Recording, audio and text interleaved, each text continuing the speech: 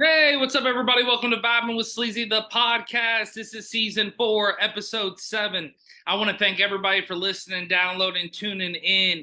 The first episodes of the season so far have been going great. The feedback's been incredible. I want to shout out everybody that's been listening, downloading, tuning in, repping the t-shirt, rocking it. Saw some people in Tennessee this past weekend rocking the t-shirt. Want to also shout out my boy Patrick. He been listening to the show a lot, tuning in. So I wanted to give my boy Patrick Pugh a big shout out. Thanks for always tuning in, man, and thanks for always giving positive feedback. So my special guest for this episode is a local J-Town legend, in my opinion. We met. I met through his brother. Me and him became close. We've done comedy, seen comedy shows together. We've hung out together, partied, cookouts. Man, shit, me and him have done tons of things. So I have to welcome my honorary special guest is none other than Larry Rice. Oh, what's up? Yeah, Larry, welcome to the show, man. So Larry is brothers with Eddie Rice. If you know Eddie, shout out to Eddie. And some people may call him Edward. Don't shut him out. He's nobody. So Larry's already hating. So yeah, so Larry and I, we've been knowing each other for shit over a decade. Larry, has a son as well, and we definitely have to shout out his son Dawson. So how's Dawson been doing? He's doing good. Just graduated 8th grade. Oh my god! Now I feel old as shit. So yeah, so Dawson, he watched him grow up playing football, playing video games. He's hilarious. I remember as a kid, or shit, when he was a kid and I was younger, I'd be over at your grandmother's with Eddie, and Dawson literally would just look at me, and we'd be like in the middle of the living room just sitting, and he'd just be like, "You're sitting on him." And I'm like, "Who?" He's like, "The ghost." And so the shit he used to say was just crazy, but he cracks me up. He's a smart kid, and man, it's crazy. He's already up there, the 8th grade level. So Larry, I was gonna ask you. We can definitely talk about a wide range of topics because of you being on here. But something you've been doing a lot here lately, and something that I feel like has become a pretty popular sport here lately is Brazilian Jiu-Jitsu. Oh, I love it. BJJ, correct? That is correct. Yes. So what got you into BJJ? All right. So I was started out doing Muay Thai, and I didn't know when I had the mitts on how to catch a punch properly. Got you. And so what happened there is I had stiff arms as I was catching punches, and I'm supposed to have my elbows bent and my hands kind of go back as I'm catching the punches. Now, having the stiff arm, it ended up injuring my middle delt, and I ended up really hurting it. I had to get a cortisone shot in it, but it almost brought me to tears putting a shirt on or taking it off. It was just really bad pain. But I found a guy through a meetup app, I think it was, and he did physical rehab, and I was like, well, let me check it out. So he worked with me for a day, and he's like, "Man, have you ever thought about jujitsu?" And I was like, "Well, I thought about it. I mean, I've listened to Rogan a ton of times, and he's always talked about it." I said, "But I've never tried it." And he goes, "Well, come by tonight. Just bring some shorts and a t-shirt and whatever, and we'll get to rolling." And I remember that first doing the drills and trying to figure that stuff out. And it was an hour-long class, and at the end of it, we did a thing called rolling. And I'd heard of rolling, but I didn't know what it was. And it's basically you go from the feet up, and it just, you go at it and you try to tap the other guy using what knowledge you have. And the shirt I had on, it looked like a legit like wrestling shirt, like I'd done like not like WWE wrestling, but like wrestled in high school or something like that. Yeah. So the dude jumped on me and caught me with a flying guillotine. And I remember just like the tap was within 10 seconds of my first time rolling. And I just had this big grin on my face. And I was like, this is awesome. I love, like, he had stars in my eyes. He just did this and just like that. Yeah. So I started doing more and more, and just realizing how little I knew about actually fighting and how grappling works, and just how much that if you've never done it before, you're in big trouble if you go against someone who's done it for a week or two. Yeah. Like, they already have so much more on you, except for a guy who's wrestled, because wrestling is grappling, and they already know that.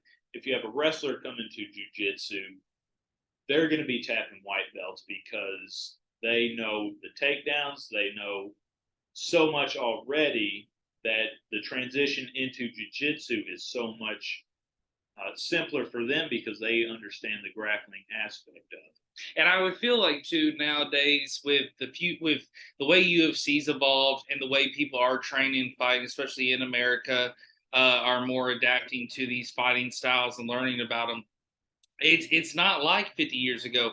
It's not like you don't know who you're about. You know, you get into it with the guy at the bar and you're like, I'll take this guy out. No, nowadays you don't know that guy at the bar is going to scissor kick your fucking head off. So, and I'm not saying that's part of BJJ, but I'm just saying you have no idea what people are capable anymore. Is what my point is. So, I think that's one thing that you made a good point of, is that, you know, that's a big thing nowadays. You know, you got to not only respect everybody you're around, but also just kind of realize that you might be biting off more than you can chew, even though you think you're really tough. Just because of, you know, and like you said, you've learned already so much by, you know, just starting off.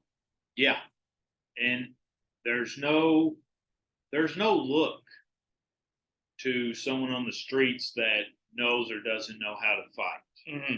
Exactly. It doesn't have that look until it's already escalated to that point.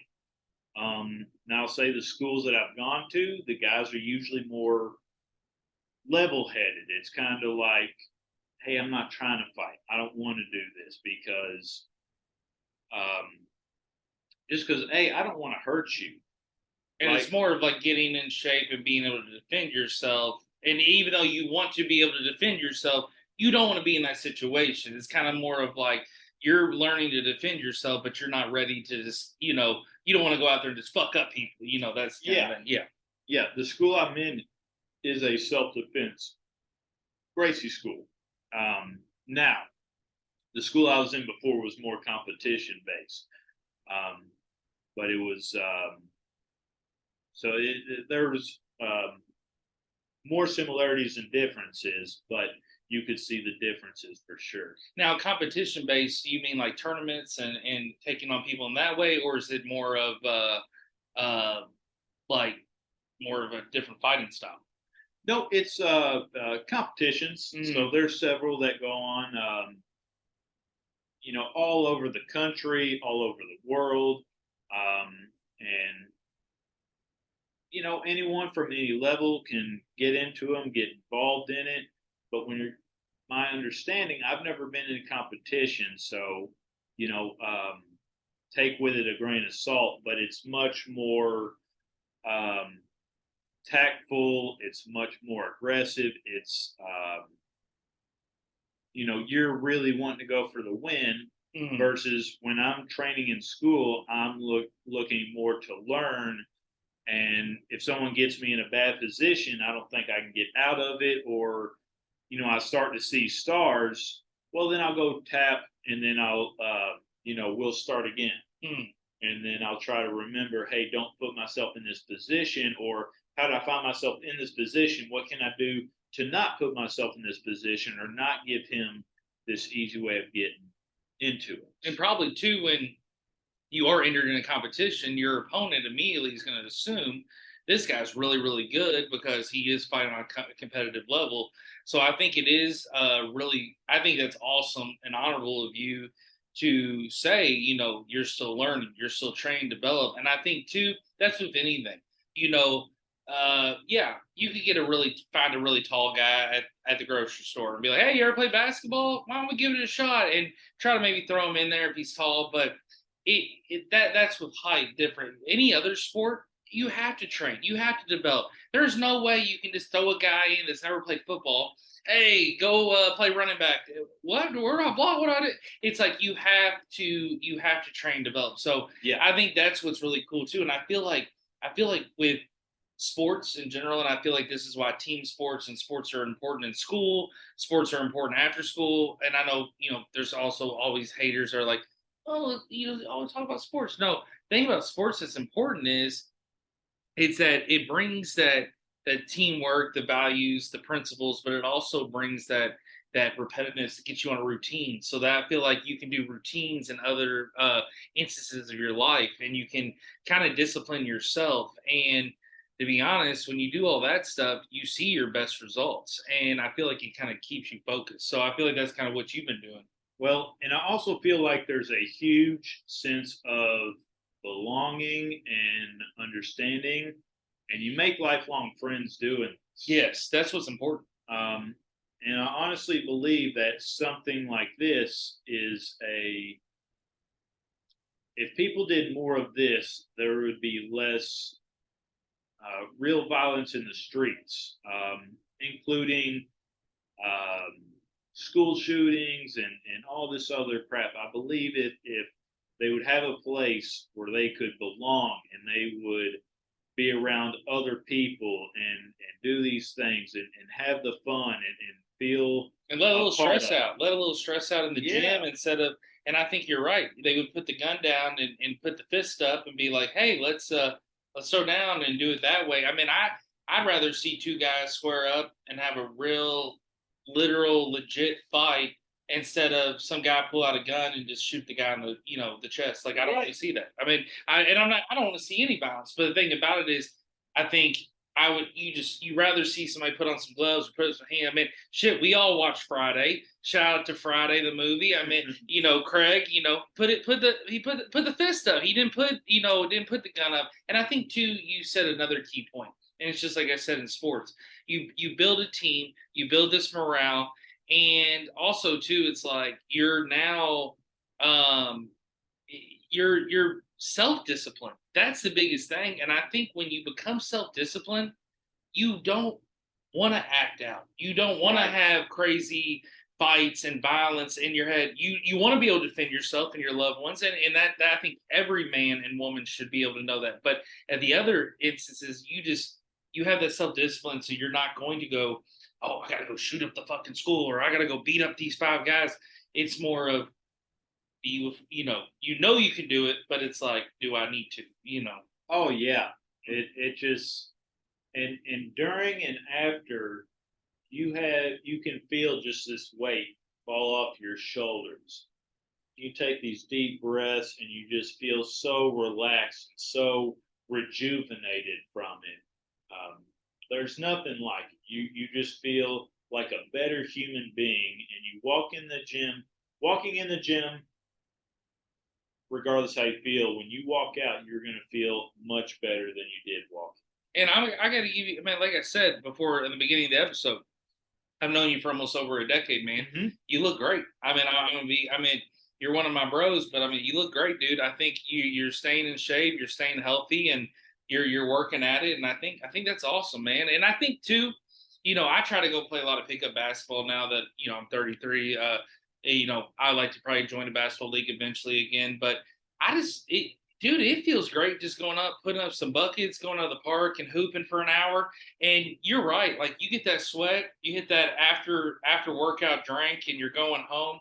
It's just like, oh man, you feel really relaxed and chill. And then to be honest, after you've hooped or done an exercise, kind of like the best night of your sleep of your life. I mean, it's just like your body's just finally resting and not decomposing, but just, getting chill. Right. So, I mean, what are some things with BJJ? And I know that you have already said one move, but just for the listeners and myself, what are some other key names of moves that you learn in BJJ? I'd say early on, probably the first thing you'll learn, if it's at least for me, it was the rear naked chokehold. Okay. And I think that's something that everybody knows. It's really easy to explain and do. but I'm not going to give instruction on how to do it. There's people on YouTube that can explain it way better than I can. Now with the rear naked chokehold, when you watch WWE and AEW and a lot of the pro wrestling sports of it all, you hear that rear naked chokehold, or they'll give the wrestler a title with it and stuff, and you see it. It's incredible. Some of the people, like Samoa Joe, for example, is a wrestler.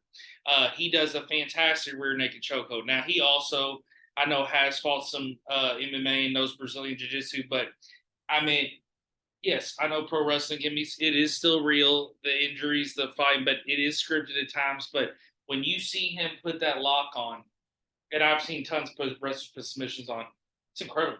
I mean, and I know I'm watching the wrestler, and even if it is scripted, he's making them tap. I mean, that's a legitimate tap a lot of times. So I think that move, clearly is very effective. Scripted or not, it's effective. These are athletes. Exactly. That's and I'm glad you said that.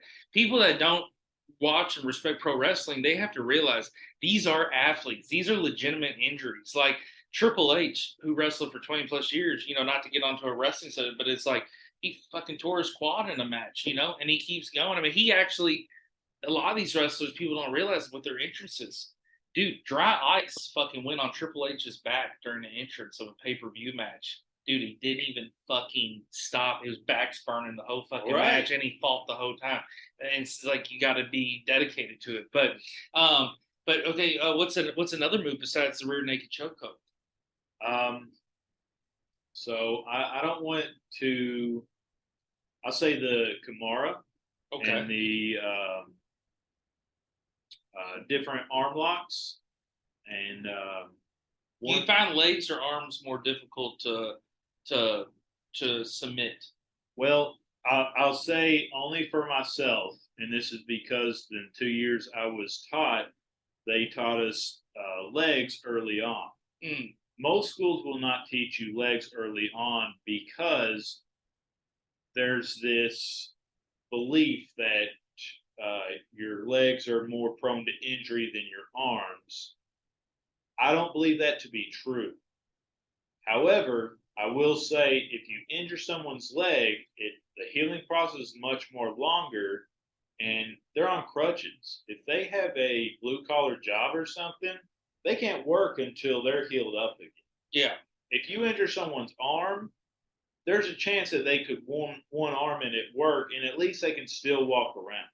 Yeah, exactly. Yeah. So I believe the understanding is once you've had enough experience under your belt, then they want to introduce you into legs so that if you get someone who maybe is scared of their legs or they're a white belt and they don't know what the hell's going on, you might have them in a leg, or a heel hook or a leg lock or something like that that's either attacking their ankle or attacking their knee.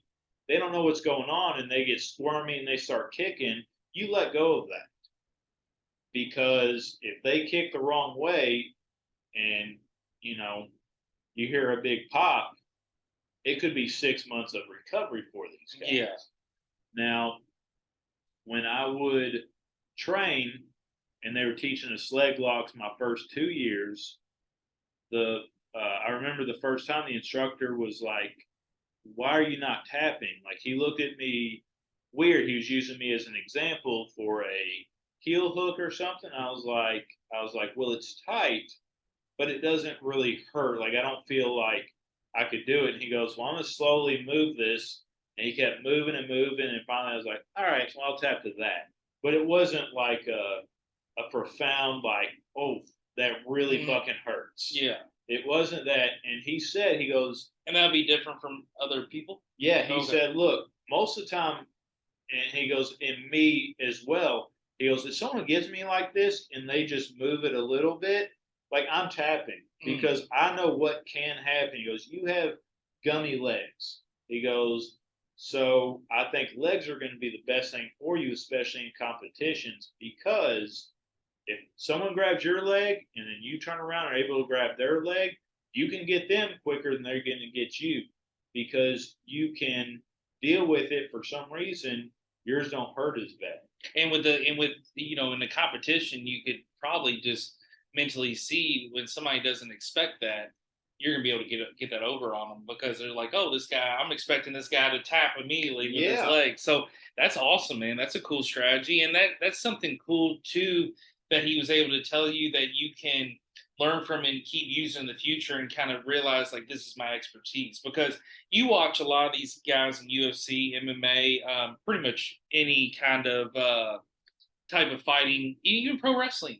Everyone has a different kind of style, maybe with their approach that they come up, maybe with the way they go in, maybe even with the way they tap or submit or however. But it's just like, everyone has a different kind of style. And I think that's where and again, it's with any sport, especially anything that's one-on-one, you gotta do what you know, but you gotta know that opponent, or learn that opponent quick. Yeah. A lot of times, not like a lot of these professional leagues where you have tapes review and footage. Some sports don't have that, and sometimes you might be like, oh fuck, I'm going against this guy named Walter from New York. Anybody got a tape on him? I don't know who the fucking guy is. Yeah. Oh shit! And he's over there fucking smashing beer cans on his head and ready to go at it. You're like, oh, this guy's an animal. So it's one of these cases where you have to realize that, hey, this opponent might know more or might know less. It's kind of like, you got to figure this shit out on the fly. So I think that's awesome, man. I think it's so cool that you have found a sport. I feel like too that you I mean, you always been a mature person. Me and you always have had great conversations, everything, but I feel like you're maturing more with it. I feel like you're learning more from it. And I feel like now you're using BJJ also in your life. Like, not saying you're just fighting people at the grocery. I'm just saying you're using those, I guess, your mental, and you feel better too. It seems like it does feel like you grow mentally, physically, and spiritually through the more you do that. That's awesome, man. That's a great feeling. It's easier to connect with other people. It's easier to not worry as much as far as, I know a lot of people worry about, shooters today and people breaking in and stuff like that. And although it's a legitimate fear, I feel that if someone did and I was able to get close with them, now it'd not be good if they have a gun, but if I'm able to be within range where I can get a hand on them, then I feel like I can subdue them and not have to worry about myself being injured. I wouldn't have to worry about that bullet. I wouldn't have to fight back with another gun. Mm-hmm. And that's scary too with fighting back with another gun, is because, if it's in a Kroger, I have to know, hey, if a guy is shooting my way, if I shoot back at him, are there innocent bystanders behind this person? Exactly. Is there someone else I could hit? A lot of things can come into play, and and to be honest, it's crazy with shooting a gun how quickly life can change in like 3 seconds. Especially so it's like I'd rather throw down with the guy in the aisle, with my fists, and maybe give him a tap instead of shooting somebody, and then I take out a granny and a 12-year-old kid, and you just and at that point, life, reputation, I mean, everything fucking comes accountable. So, but I feel like you doing this, and I feel like us teaching and the listeners, give it a shot. Give BJJ a shot. Look at it. Research it. YouTube. There's tons of materials online. Larry's taught me a lot about it just from seeing his posts and hearing him about it. But give it a shot. Maybe that's what you're searching for. Maybe you need something to help you get in shape. Maybe you want to learn how to do self-defense. Rest in peace to Kenneth Schultz, a gentleman that we lost, sadly, in Louisville, a former Golden Gloves boxer, Fern Creek alumni, really, really good guy. Him and I talked all the time, and he was always telling me, like, hey, come to my gym, learn how to fight, sleaze, like throw them gloves on. And it used to, I loved, his energy on it. And, he would tell me things and teach me things. So I think it is always important to know how to protect yourself. And also, too, the biggest thing I want people to really learn as well is always be aware of your surroundings. That doesn't matter if you can do BJJ or not, anywhere you're at, just be aware of your surroundings. I mean, it's just be smarter these days. And I think, people are aware and pay attention, things can work out. So I wanted to talk to you about, you brought up some things that you and I have discussed for the show, about mental health and stuff. So you brought up about bipolar. Yeah. So what's your feelings on that, and what's your thoughts on that? I think it is something important to bring up. Yeah. So I was diagnosed with bipolar disorder about 7 years ago, I want to say. Um, but I mean, since I was, little bitty kid, I always felt just a little bit like off, and there would be times I'd had mood swings, and at first it was maybe thought of as coming off of Adderall because I had ADHD as well, Mm-hmm. and back in the mid '90s, doctors were giving Adderall out like it was nothing, but I truly did have ADHD. So when I came off it in eighth grade and just kind of had some weird mood swings, it was, well, maybe he's going through puberty, or maybe this is just a transition from coming off of it, but he's right after that.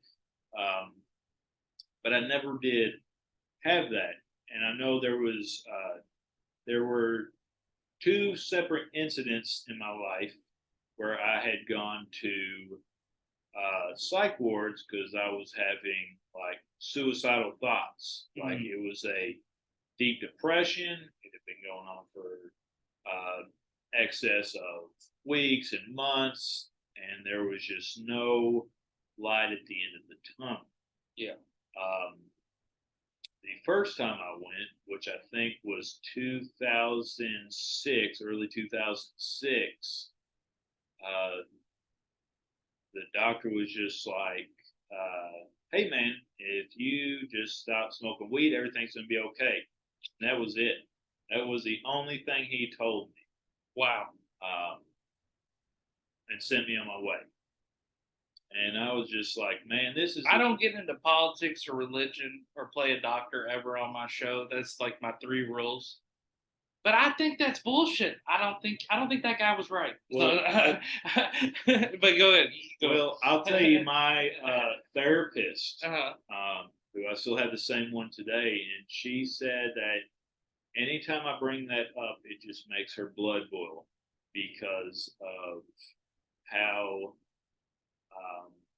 how awful that is. That doctor just shooed me away and did not give me a almost chance. Wrote you off. And to be honest with you, he has no clue. Like the thing about it, doctors that say that marijuana is bad, different things like that.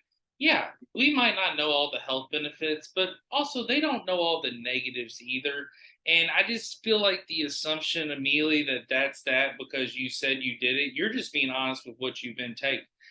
Them saying like, oh, it's bad, mark it off. Yep, I think it's that one. They have no idea. They haven't even seen you under that being stoned or in it.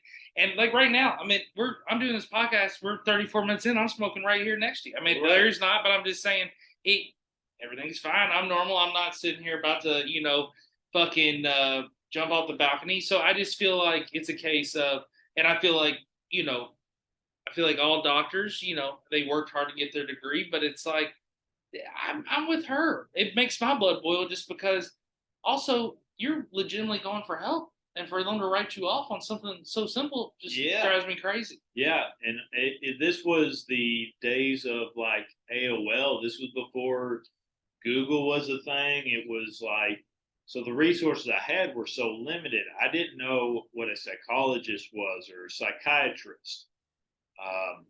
Do you feel like, real quick to get on that? Yeah. With you saying there wasn't a lot of research things, and I agree with that. I feel like just with the United States alone, and I can't speak, and shout out to all my international listeners, I can't speak on any other country's mental health focus, but I feel like in the United States, man, up until the 2000s, it's been frowned upon. And you hear all the time, well, men have never been able to talk about it. Women too.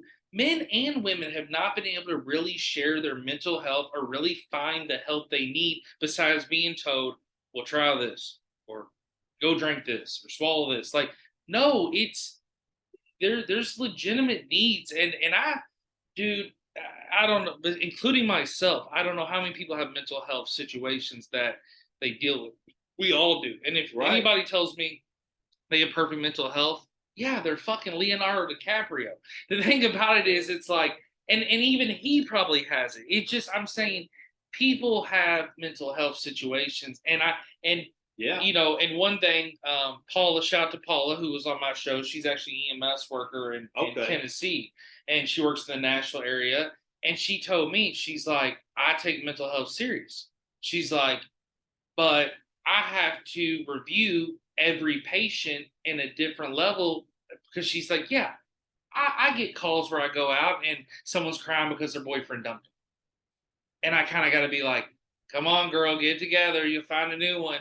But then I go out and I'm like, oh my gosh, this person's legitimately trying to kill themselves. Right. Like, so another thing we're always preached to, especially in this generation, and I think it's important to listen to victims and to hear people out. But if somebody does tell you they're having a mental episode or having a situation, it is another lesson just for the Vibing with Sleazy listeners. Take it serious. Even if it's the boy who cries wolf, the guy who comes to work every day, I'm going to put a gun in my mouth and shoot myself. You never know. 3 days from now, that guy might have actually shot himself finally. He finally actually said, fuck it, today's the day.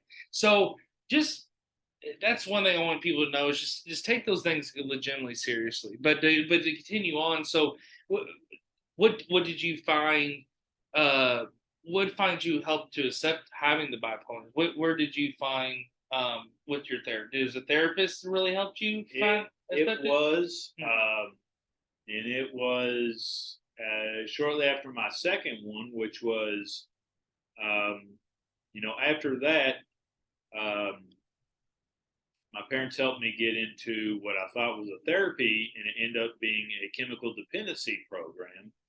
And I was there, and I was like, I didn't think it was like really for me. And so after it was said and done, the 6-week program, and it didn't do much for me, but it introduced me to like 12-step groups and shit like that. Mm-hmm. But it didn't. I didn't stick with it. A couple years later, I was like, well, maybe I do need to, and I stayed sober for 9 months, or 9 years, I should say. Yeah. But still, 6 or 7 years into it, I found myself going back to U of L, having the same feelings of just not wanting to be here, thinking, hey, you know what? Ending it all seemed like a really good idea. And then I got better care. It was they kept me all weekend at a different facility. And then I saw doctors, and they talked to me, and they asked me a bunch of questions like, well, this really sounds like bipolar. Let's get you start on some medicine. Let's get you talking to someone. So we did all these things, and it ended up being really helping me. I eventually reached out to a place that was just out of the blue, just like, hey, do you all have psychiatry there? Hey, do you all have therapists there? And started down that road. And eventually I talked to my therapist, like, I really don't think I have a problem with drinking. I've been sober for 9 years, but I don't think that is my issue. And they're like, you know what? I don't think it is either. Well, I went out, and I went to see if I could drink, because everyone around me was sober too. And they're like, oh no, you'll end up dying. You'll drink yourself to death. You'll do heroin and all this stuff, which I understand for most people that's how it was. Mm-hmm. But I went out, had a couple of drinks, and it was no big deal. And I was like, all right, well, I don't need to be sober. And if I do, I know where to go, but it's just not a big thing. And So I've been fine since then. I stuck with my therapy. I still see my therapist. I still see my psychiatrist. Um, I stay on medicine that helps keep my bipolar in line. And what it basically does is, what bipolar is that people have their highs and lows, and that's normal. With bipolar, your highs are way up there, and that's the mania, and then your lows are really low. It's depression, and it can last for several days, weeks, so on and so forth. Yeah. But all the medicine does is just make it where my highs aren't as high and my lows aren't as low, and it's just balancing you out well. Yeah, that's awesome, man. And I think with I want to say a few things with just what you said. Number one, I want to thank you for saying what you said. I think it's always brave to be able to share, especially your mental health. Number two, I want to say to this, I'm happy you're here. I love you, dude, and Yeah, I'm glad, too, and I'm glad you're here, and I'm glad that you found that. And number three, I want to say, I'm glad you're staying on your routine, man, and you're still realizing you can live the life the way you want, but you ain't forgot about the helpful resources and the people that help. Right. Now, something I did want to ask, just out of curiosity, and we don't have to get into details of the people, but when you did tell anybody that you had met through sober programs that you were going to drink or smoke or do anything that just not sober life, did they look different? Did anybody look different upon you? Did anybody separate themselves from you, or did anybody just say, "Hey, he's doing his thing, and I'm going to do my thing"? Well, and no specific people, just out of curiosity. Yeah. I was just curious how the perception was taken at sobriety places. I'll say my perception is there were a handful of people, and I mean 2 or 3, who were like, "Hey, that's cool. You're doing good. I'm happy you're doing good. I still want to kick it with you." Mm-hmm. And all the others were basically like, and this is just my perception, was basically like, "Okay, well, we'll be here when you come back." It is almost like You'll be back. Yeah, it's almost like when you watch any movie or TV show based on prison or jail.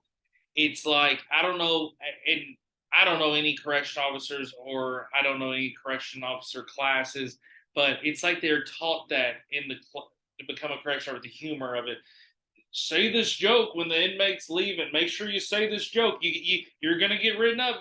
It's like, I'll see you when you're back. It's like, yeah, it's like that it's like that ongoing corny ass fucking joke. But I get what your point of saying, but right. what you're saying, it's like, but I don't like that, because the reason I don't like that is they can believe that the sober life is what is needed, and again, it's everyone is different. But the thing about it is, them saying that to you, the way I look at it is, they never believed in you in the beginning. And also, too, it's like, why would you want to run back to a group that didn't believe you in the first place, and are like, yeah, he'll be back. He's not strong enough for this. Like, no, isn't that part of like reform? Ain't that part of school? Ain't that part of change, when it's like, hey, I went to these classes, I went to this thing in any part of life, I'm investing myself in doing a routine. I can improve, I can change, I can do this. Like, everyone's different, and that's just not the way. Even if you don't agree with it, that is not the way to say something to somebody, because immediately, if I knew the struggle of an addiction or battle, clearly there is issues that go on in the mental episode. Why would I want to target somebody who is going to explore their outside sober life mentally? Like, that has to be something in your head, like, God damn, like, these motherfuckers think I'm going to be back. Like, not saying that's what but it's just, that's not something you say to somebody. Like, well, I don't like that. It's something you don't forget, but I do recognize, because of being around it so long, that more than 90% of the time, if someone leaves, they do end up in jail. They do end up bad on drugs. I've had people reach out to me and say, who had been sober in the past, and like, hey man, I got these pills, I got shrooms, I got this and that. And I said, I don't want any of that. I don't want anything to do with that. I don't know why you're hitting me up. Thanks, but no thanks. Yeah, exactly. Like I don't need that. But I do understand that there's been enough uh, funerals and seeing people's lives that got better and then ruined again, and just it's very distraught for the people who experience that, who just see them fall apart when there's so much potential for betterness. Mm-hmm. That's almost like a callous, like, all right, you're one of the others. And I'll say this too, with just social media in general, I'm I'm a very social person. I have friends that are not, or have no sober or non, have no issues at all with drinking or Sure. and I have friends that have tons of issues with it. And I have seen people, I'd say 50-50 the people that deal with it. I've seen them just through social media, improving their lives, doing incredible. And I'm rooting for them. I'm loving it. I fucking love it. And I'm seeing people struggle. And I'm the type of person, even though I've never had the issue, I've never had a issue where it's affected my life negatively with drinking or smoking or anything like that. But it's like, I reach out. I can read the room. That's the one thing about me. And I will reach out and I will just say, yo, you good? Because you can just see when someone's going down that road. So one thing I do want to say too, look for help if you need the help. Also, live the life way you want to live, but just do it normal and healthy. Like, I'm not saying there's a way to do it normal, but I'm just saying just live your life to the fullest. But if you need help, don't be ashamed to get help. But if you feel like you don't need it, you don't need, I mean, it's up to you. You have to make your own choices. But I just want people to realize if you need help, please reach out. Reach out to me. I'll share my info at the end. Larry definitely has contacts and resources. And also too, if you're mental health, Larry's a great resource to reach out to. There's tons of people that have been on this show. If you're a huge fan of the show, you clearly know a lot of people have had issues and I've talked about it on my show. Christine Hernandez is a great person to reach out to. Paula, like I said, who was just on the show. There's numerous people I can mention that will help you with mental health. Will talk to you, and I'm one of them too as well. I want everybody to, be okay, but you just have to handle it in certain situations and ways. And I think the main thing is, if you care about someone, you love them, you should just support what route they're going on, but just make sure they're okay. Just keep checking in. Just keep checking in. You don't always have to dictate to them. Just check in. Make sure they're all right. Yep. And on top of that, you can lead a horse to water, but you can't necessarily make the horse drink. Yes, exactly. It ain't your life to live.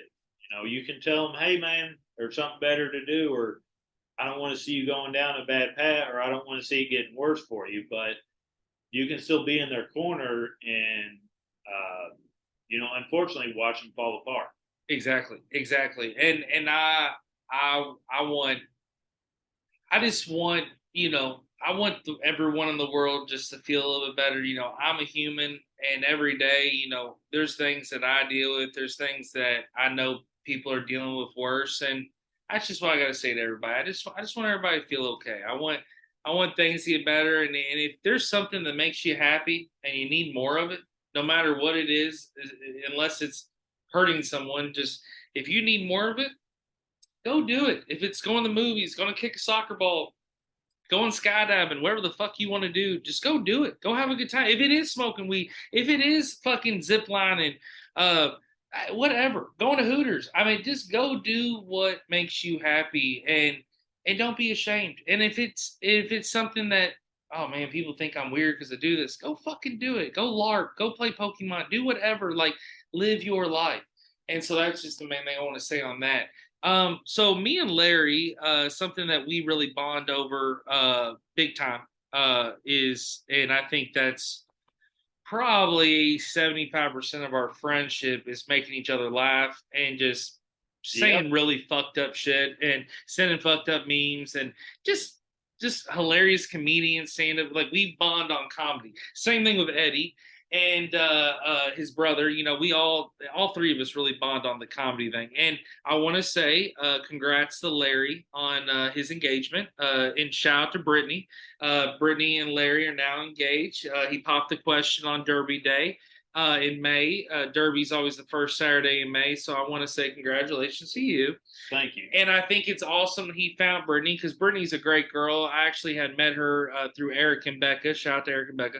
And I knew that when Brittany and Larry got together, I was like, and I already started seeing him go to comedy shows and stuff. I was like, yeah, he got the girl he needed, because Larry loves a good comedy show. Well, I fed her a lot of fried foods, and she got a little bigger, and that's why she said yes.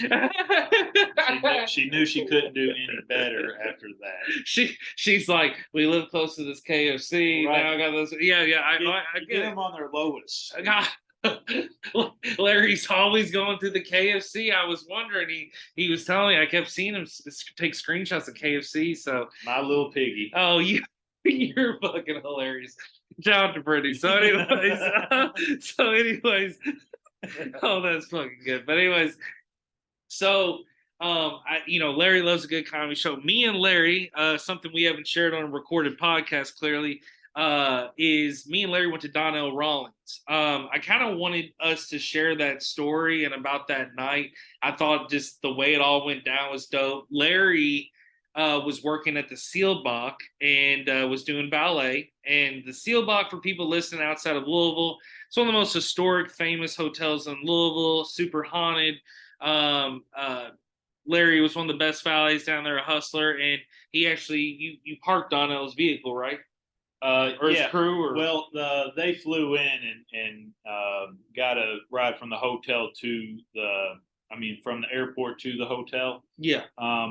But him and his opener were looking for some weed. Okay. And so another coworker was able to make it happen, but he didn't want to deal with it. So I was like, well, shit, I don't give a fuck. So hooked him up with some weed, and he's like, well, what's your name? I'll put you down for some tickets. Just come up there. I gave him the name. They called. So me and Eric went and saw him that night, and it was hilarious. Hilarious. And the greatest thing I want to say about that night was not just the stand-up, but after it was over, Donnell sat around the bar with some of his buddies who were sitting there shooting the shit, and then his opener was two. Todd Rex was his opener. Shout out to Todd Rex. He's my friend on Facebook. That's my boy. And Todd and I see a lot of things on the same wavelength. So shout out to Todd. Yeah.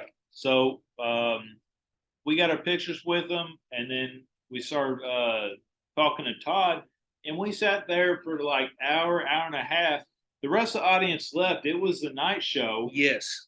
And I couldn't understand why no one wanted to hang out with Donnell Rawlings, a.k.a. Ashy Larry, because Chappelle's show had only been on for like 5 years. Well, I feel like it was more because you had made that connection. And the way I, like, for people listening, Louisville people are outside Louisville. We have 4th Street Live in Louisville. It's the downtown venue. It's not as popular as it used to be. But about 5 to 10 years ago, it's one of the hottest places in the whole city. Had all the clubs, bars, and we had the Improv. The Improv is a famous comedy chain of clubs. Yeah, well, they had all kinds of places down there. And so us going to the Improv, I thought was super cool to be able to say that we actually got to go to the Louisville Improv before it closed. Yeah. But then Donnell kind of he fucked with Larry, and then he meets me, and we all go back, and it's like, yeah, everybody just kind of wrote out, and we're just vibing and bonding. And to be honest, they didn't want to kick with anybody. They just want to kick with us and laugh. Larry has them over there rolling. Todd is hilarious. And the funniest thing about it was, I remember asking them questions, and Donnell and Todd, I don't know if you remember this, I said, so I was like, what's it like, what's Charlie Murphy like today? And they were like, recipes Charlie Murphy, but they were like, he's like, man, we're at Eddie's house, and when they were just name dropping Eddie Murphy like it's no big deal. Todd Rex basically said the one thing I thought the coolest thing that Todd Rex said that from that night is, and you and I both asked him, was like, what? Damn, he's telling us stories about other comedians and they're big name droppers, and I was loving every minute of it. And me and Larry were like, hey, so y'all know like everybody in the comedy world, and this is before podcasting was huge and all these comedians merged and collaborated, and they're like, oh fuck yeah, we all party, smoke, fuck, drink, go out to like we all. It's a huge network, like it's a family, and I was like, that's fucking lit. And so the name dropping was incredible. And what's cool in the comedy world is us as non-comedy people, us as just fans, we see them as these comedians like, okay, that's a smaller comedian. Oh, that's Chappelle. That's a big headline comedian. They all just see each other the same. Like, that's who can make each other? Yeah, that's my friend. And that's what I fucking love. And like, in Practical Jokers, huge fan of that show. Sal Volcano, he hangs out with tons of comedians, and we're going to dive into some of Larry's favorite comedians here in a minute. But Sal, who hangs out with some of Larry's favorites and others, he's just a guy from the Impractical Jokers who's pranking to stand up, and he's getting big in the stand up world. And shout out to Sal, I love him, but he now knows everybody, and I think that's what's so dope. And I think another show for people that like to see comedians hang out with other comedians is, and even if you're not a fan of his work, Jerry Seinfeld's Getting Coffee with Comedians in Cars, the Netflix thing. It's an incredible show. He's taking different comedians to go get coffee in these fancy cars that he thinks they would love, and you really get to see them merge. And he's also talking shit sometimes, and that's another thing. Comedians love to talk shit to each other. That's what I love. It's kind of, yeah. Yeah, they definitely do. So who are some of your favorites, by the way? Before I get on that, with Todd Rex, yes, this like made my night because Todd was saying he was talking about a friend of his who was a gay comedian who did a trip in Europe, did a comedy, and he talked about like this gay club that was over in Europe, and they had what's called a black room, and he went in. And he walked through it, and he said the room was completely black, but it was like a room inside the actual club. And he came out, and he had human shit on him. And he just was like, what the fuck did I just get myself into? And without a second thought, I said to Todd, I said, well, you know how we spit on our dicks where we stick it in? Maybe that's what gay guys do before they have sex. And I had him rolling, and it was just the highlight of my night. Larry always has been well known, famously known for being the guy to say off the wall shit, to say this stuff like his Facebook statuses, well, his Facebook posts are still amazing, and I'm commenting on half of them, but he always just pushes it over the top and always controversial, and I fucking love it. So Larry is literally, if you don't know Larry, he's a funny fucking guy. So and you did have Todd and Donnell were loving you, and the thing about it too was that was cool. They're giving out T-shirts. They autograph Larry's T-shirt. They take a picture with us, like literally, like Donnell's like, "Yo, you want a picture?" We're like taking a picture, and the thing about it that was great was the best part of it all, of the whole part of the story. Donnell loved that fucking weed.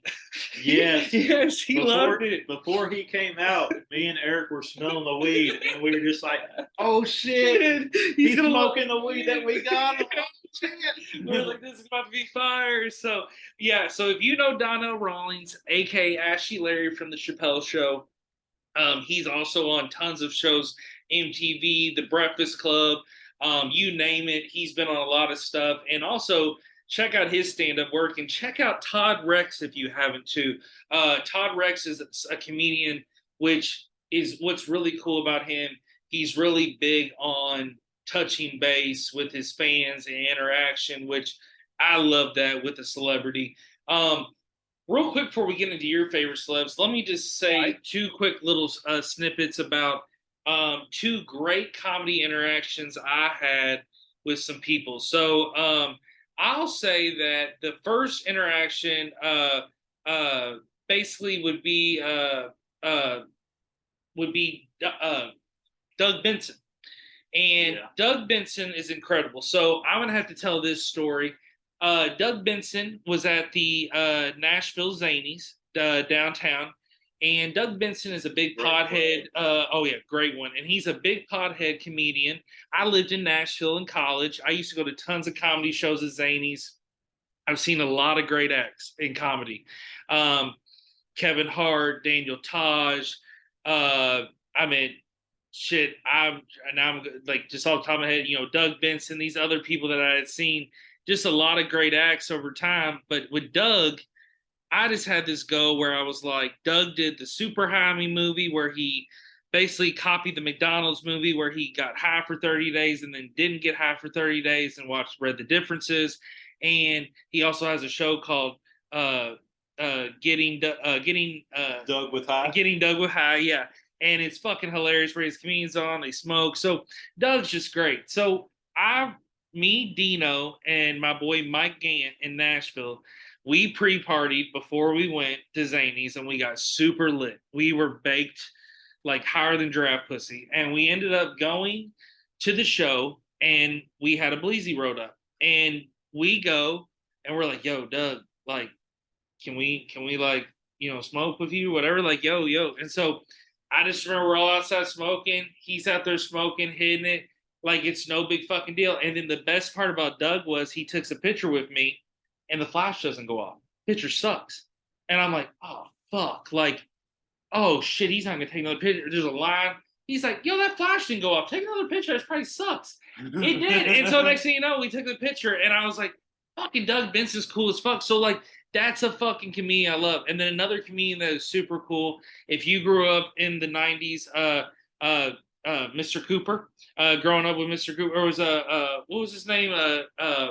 Hanging with Mr. Cooper, the teacher. He was actually, I'm gonna look him up real quick. Let's see, Mr. Cooper.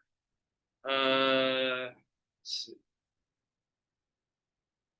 Sorry for this delay, folks. I just got to make sure I'm saying the right person. Yeah, so Hanging with Mr. Cooper, 92.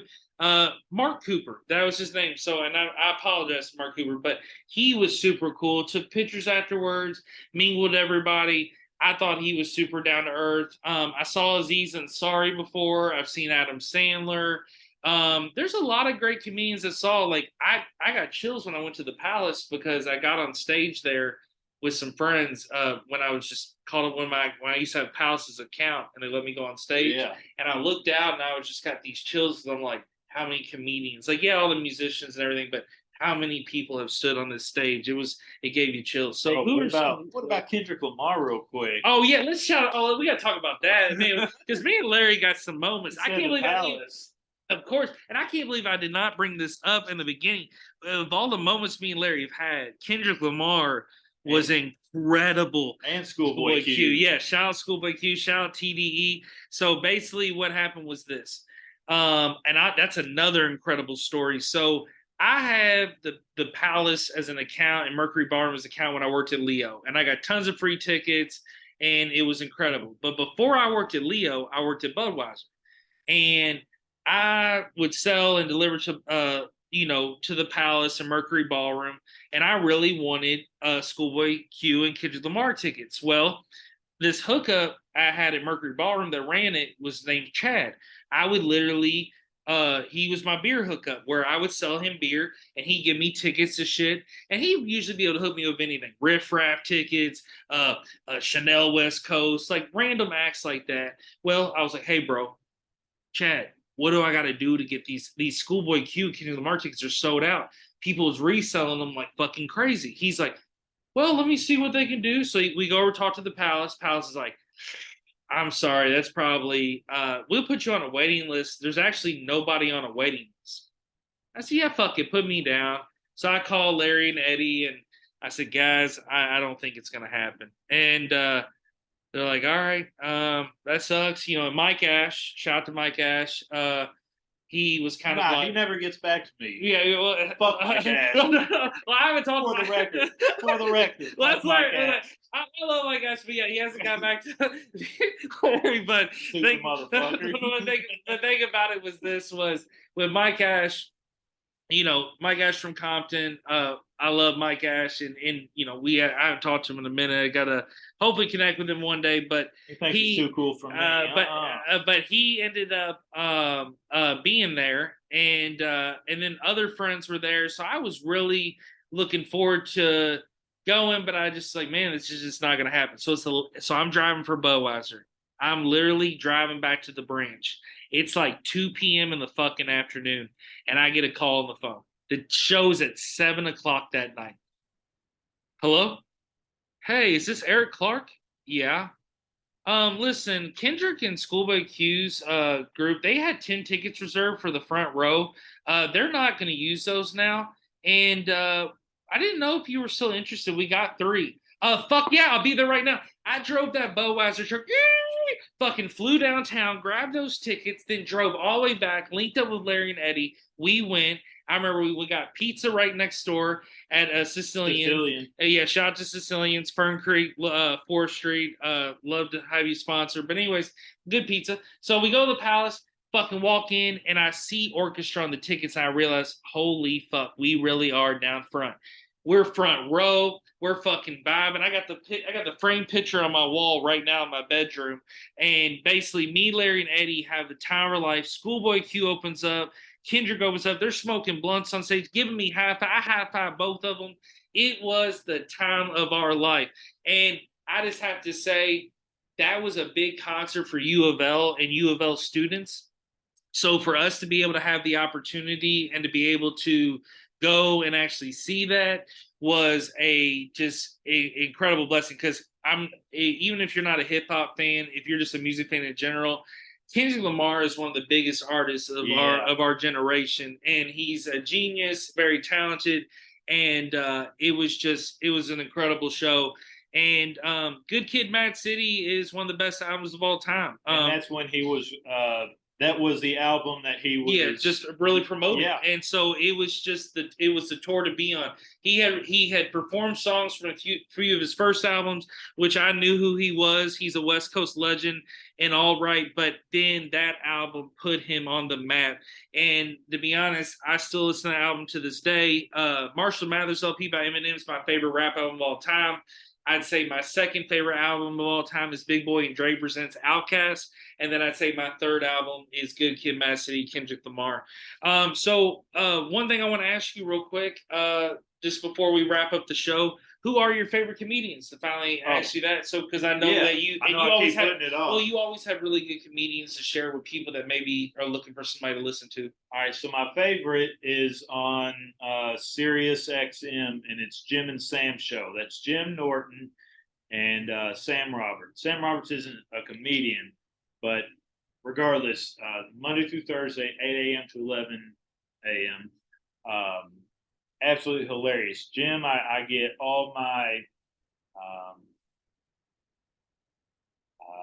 jokes from. He does these different characters that you find on YouTube. Doug Bell, Chip Chipperson, and I'll say they're very unorthodox characters. They're not supposed to be like comedians. They're supposed to seem like they suck, but that's what's funny about them.